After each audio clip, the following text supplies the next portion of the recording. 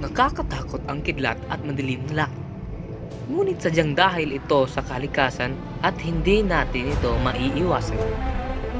Marami din ang mga sakuna na pwedeng mangyari sa kalagitnaan ng kulog at kidlat o ang ating tinatawag na thunderstorms. Kung sakaling ikaw ay nasa labas at malakas ang kulog, dapat alam mo kung ano ang dapat mong gawin. Una, alamin kung ano ang nangyayari. Kung mayroon nga bang kulog at kidlat na nangyayari sa labas ng inyong bahay. Pumasok sa lugar na alam mong ikaw ay ligtas sa kidlat.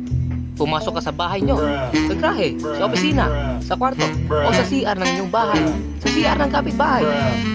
Dahil ang kidlat ay nakamamatay. Kung walang building o bahay kang mapasukan, pumasok ka sa loob ng iyong sasakyan. Kung ikaw ay nasa pool, lawa, dagat, o kahit na anumang lugar na may tubig, umalis ka kaagad kung ayaw mong matulad sa patong ito.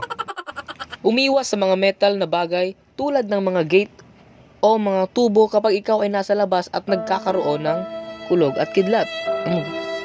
Huwag kang mataranta sa kulog at kidlat. Ito ay sadyang lilipas din. Mag-relax ka at maghintay na humupa ang ulan at ang kidlat. Iwasang gumamit ng telepono.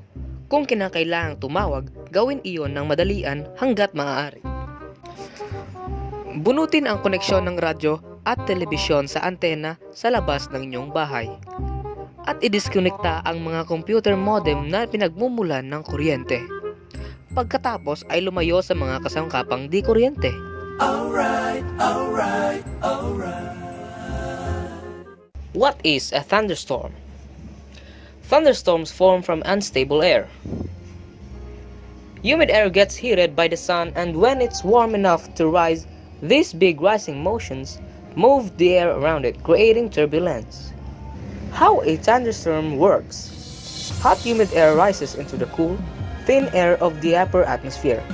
The moisture in the air condenses and falls as rain. Some of this rising air starts to cool and sinks back toward the earth. The sinking, cooled air is cooled even more by the rain, so it sinks faster, rushing to the ground.